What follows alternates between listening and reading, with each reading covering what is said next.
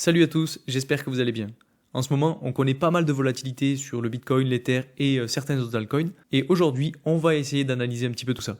Il y a quelque chose de très important à voir sur le graphique du Bitcoin qui peut annoncer de très belles choses pour la suite. Donc si vous avez investi ou si vous voulez investir sur les crypto-monnaies, soyez bien attentifs. Et puis surtout, restez bien jusqu'à la fin de cette vidéo car je vous présenterai les quelques altcoins sur lesquels je suis en train de recharger en ce moment. On a pas mal de catégories dont je vous ai parlé dans mes précédentes vidéos qui sont en train d'exploser. C'est notamment le cas des crypto-monnaies liées à l'intelligence artificielle ou encore des crypto-monnaies liées aux real world assets. Donc ça fait vraiment plaisir et surtout si vous m'avez suivi, n'oubliez pas de prendre des profits. Et puis bien entendu, il y a d'autres thématiques qui n'ont pas encore explosé et qui risquent de le faire dans les prochaines semaines, voire les prochains mois. Et c'est aussi ce dont on va parler aujourd'hui dans cette vidéo. Donc tout d'abord, pour ceux qui ne me connaissent pas, je m'appelle Louis. Je vous partage 2 fois, voire 3 fois par semaine mes analyses sur le marché des crypto-monnaies. Donc si cette thématique vous plaît, n'hésitez pas à vous abonner. Je vous rappelle aussi que je ne suis pas un conseiller en investissement, et puis si vous voulez investir dans les crypto-monnaies, il faut vraiment que vous puissiez vous faire votre propre avis et faire vos propres recherches avant d'investir dans quoi que ce soit. Pour ceux que ça intéresse, j'ai aussi un canal Telegram, un compte Instagram et un compte TikTok sur lesquels je vous partage des petites exclusivités, donc si vous voulez aller m'y rejoindre, les liens sont en description. Alors si on rentre directement dans le vif du sujet, on va aller voir la courbe d'évolution du prix du Bitcoin. Et là, il y a vraiment quelque chose de très intéressant à voir, c'est que justement vous voyez qu'on avait une espèce de canal haussier qu'on pouvait tracer juste ici en orange. Et ce qui est très intéressant, c'est que c'est un canal qui a contenu le prix pendant pas mal de temps entre, on va dire, le 23 octobre et le 9 janvier. Ensuite, il en est sorti, il est venu chercher un niveau de support juste ici. Il a rebondi, il est rentré dans le canal. Le prix est ensuite venu chercher le bas du canal pour ensuite repartir à la hausse et aller chercher de nouveaux sommets historiques. Et ce qui est très intéressant en ce moment et qu'il faut vraiment que vous puissiez remarquer, c'est qu'on est venu retester justement le haut de ce canal haussier. Et en fait, c'est très important puisque généralement, quand on vient retester ce type de canal, on a de la poussée à la hausse et c'est exactement ce qui s'est passé. Vous voyez, c'est assez propre. On a même une mèche de chandelle qui était venue le chercher juste ici. Et en fait, suite à cette petite correction qu'on a eue de, on va dire, presque 20%, on est venu chercher à nouveau ce haut de canal et on a rebondi. Maintenant, ce à quoi il faut s'intéresser, c'est à ce niveau de résistance. Ce niveau de résistance autour de 72 000 $, c'est un niveau très important puisque c'est à peu près autour de ce niveau-là que le prix s'est arrêté il y a quelques jours. Donc il se pourrait à nouveau qu'on soit arrivé dans une espèce de triangle qu'on pourrait tracer entre ce niveau de support et ce niveau de résistance dans lequel le prix pourrait continuer d'évoluer jusqu'à notre fameux halving. Pour l'instant, le halving est prévu autour du 20 avril, donc dans 24 jours. Donc vous voyez que ça arrive très vite et justement j'ai bien peur qu'on ait pas mal de volatilité à ce niveau-là. Et puis bien entendu si on arrive à casser ce niveau de résistance, à se reposer dessus, alors on pourra aller chercher de nouveaux all-time high. Mais par contre si on continue à chuter, qu'on casse la tendance haussière juste ici, alors on retournera dans ce canal et là il faudra se poser d'autres questions. Dans tous les cas on aura un niveau de support juste ici autour de 60 000 $, qui sera un niveau très puissant et si le prix vient se reposer dessus, alors on pourrait ensuite avoir du rebond. Si on va voir rapidement ce qui se passe du côté d'Ethereum, là c'est pareil, on avait une espèce de canal haussier qu'on peut tracer entre cette ligne-là et cette ligne-là. Je vous en avais déjà parlé et on a eu un petit peu le même schéma que pour Bitcoin, c'est-à-dire qu'on l'a cassé à la hausse et on est venu le retester. Alors là, c'est quand même moins propre, mais on a plus ou moins le même schéma. Actuellement, on est sur un niveau de résistance autour de 3600 $. Donc à voir comment ça va se passer. Si on regarde le RSI, vous voyez qu'on est dans des zones plutôt neutres. On est vraiment bien descendu avec cette correction de ces derniers jours. Et c'est aussi pour ça que je vous dis qu'on pourrait avoir de la manipulation, puisque sur Bitcoin, c'est pareil. Vous voyez, si on regarde le RSI, j'en ai pas parlé, mais en fait, on est aussi retourné dans des zones neutres. Et donc aujourd'hui, tout le monde est un petit peu indécis. D'ailleurs, si on regarde sur les ratios long-short, sur Bitcoin, c'est assez flagrant. On est quasiment à égalité entre les longs et les shorts. On est à 54 contre 45. Donc vous voyez que cette indécision se traduit ici aussi. Alors sur Ether, c'est un petit peu moins flagrant, on est à 75% de long et 24% de short, mais à mon avis, ça va tendre à se stabiliser aussi, puisque bien évidemment, on a les liquidités qui partent d'abord sur le Bitcoin et ensuite qui petit à petit basculent sur Ether et les autres altcoins, etc. Donc selon moi, pour le court terme, il va falloir rester méfiant. Ensuite, je voulais aussi vous parler du Total 3, alors je vais aller plutôt sur des chandelles hebdomadaires et je voulais vous montrer ce qui se passe sur du plus long terme. Si vous avez vu mes précédentes vidéos dans lesquelles j'en parle, je vous disais qu'on avait une période de pré-bull run juste ici en bleu. Et en fait, j'avais un petit peu découpé le marché en plusieurs phases. Et on a eu en fait exactement la même chose que sur le cycle précédent. C'est-à-dire qu'on a eu une phase d'accumulation en orange juste ici et en orange juste ici. Et suite à la phase de pré-bull run en bleu ici et en bleu ici, on a eu une explosion à la hausse du Total 3. Alors je le rappelle rapidement, le Total 3 en fait, c'est la capitalisation boursière totale de toutes les crypto-monnaies, sauf le Bitcoin et l'Ether. Donc c'est quand même assez propre. Et en fait, moi je garde mon objectif juste ici. Pour moi, on va continuer d'évoluer à la hausse sur le Total 3 et on va avoir un bull run qui va être vraiment magique. Alors attention tout de même, puisqu'on est haut sur le RSI, donc on pourrait continuer à avoir de la correction, qui d'ailleurs ne serait pas déconnant, puisque si on suit un petit peu ce que je vous disais, la théorie de on a le même cycle que 2017, on aurait un mois de mars avec de la correction. Et en fait, c'est un petit peu ce qui s'est passé. Au mois de mars, on a eu de la volatilité, on a eu de la correction. Donc, on est encore un petit peu dans le même schéma. Alors oui, on n'est pas dans le négatif pour le pourcentage d'évolution du prix du Bitcoin, mais on a eu de la correction. Donc, à voir si cette correction en mars se poursuit ou non, et si on valide la similarité avec le cycle de 2017. Si on regarde un petit peu ce qui se passe sur le S&P 500 et le Nasdaq, bon là on est toujours sur des plus hauts sommets, on n'arrête pas d'évoluer à la hausse. Je vous avais tout de même parlé d'une résistance autour de ce niveau-là qui a été cassée à la hausse en fait, donc ça n'a pas été une résistance assez forte. Mais bon, selon moi, au bout d'un moment, on va quand même se heurter à une résistance et c'est sûrement à ce moment-là qu'on aura de la correction sur un petit peu tous les marchés. Ensuite, si on regarde le dollar, là on a quelque chose qui est vraiment très important à voir, c'est que le prix est retourné chercher sa tendance baissière. Je ne sais pas si vous vous souvenez, mais la dernière fois que je vous avais parlé de ce schéma-là, on était venu chercher justement ce point-là. Comme je vous le disais, juste après, on a eu de la correction.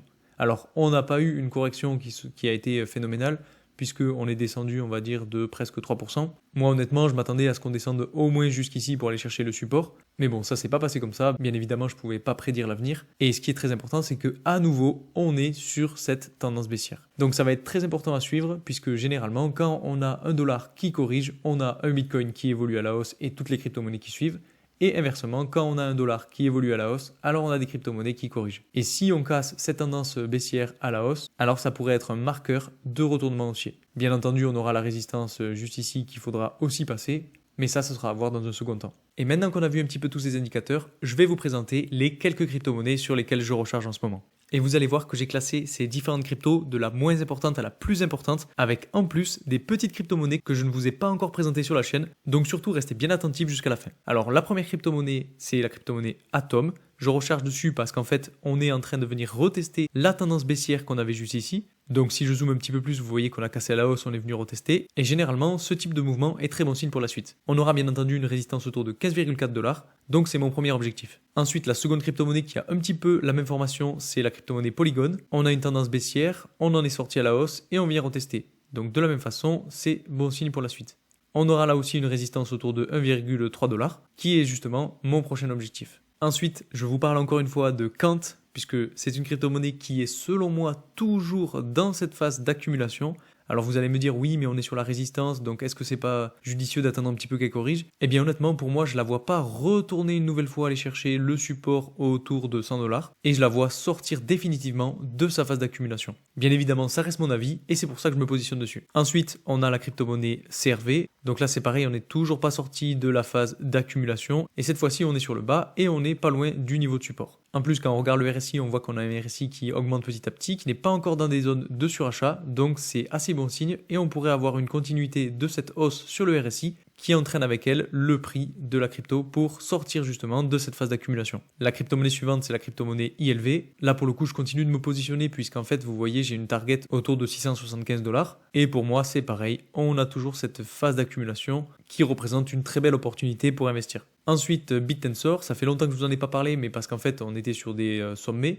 Et là, en fait, on vient de corriger. On est en train de venir chercher un niveau de support. Et donc, c'est pour ça que je recharge dessus. Une autre crypto-monnaie dont je vous ai déjà parlé sur la chaîne, c'est la crypto-monnaie Cadena. Là, on a aussi notre phase d'accumulation qui est, selon moi, sur le point de se terminer et dont le prix n'est pas encore sorti. Donc, pour ma part, je me positionne et j'ai ma première target autour de 3,31$ et la seconde autour de 5,6$.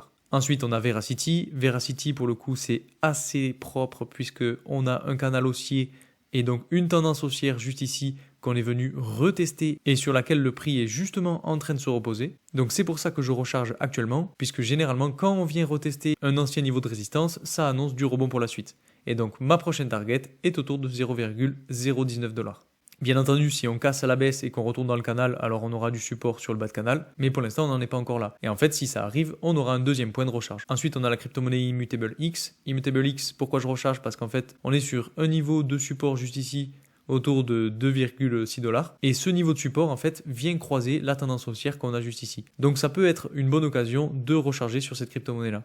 Après, il faut faire attention parce qu'on a un RSI qui vient de retourner dans des zones plutôt neutres, on est sorti des zones de surachat, donc on pourrait potentiellement avoir de la continuité de correction sur le RSI, ce qui amènerait le prix à corriger aussi. Donc à voir si on n'aurait pas un niveau de support un petit peu plus bas, juste ici autour de 1,72$. Mais dans tous les cas, ça nous fera là aussi une deuxième zone de rechargement. Une autre crypto-monnaie sur laquelle je recharge, c'est DYDX. DYDX, c'est une crypto-monnaie que j'apprécie, qui est sur une tendance haussière et qui en fait, selon moi, avec le bull run qui va arriver et toutes les liquidités qui y sont associées, on va avoir une évolution à la hausse constante de cette crypto-monnaie.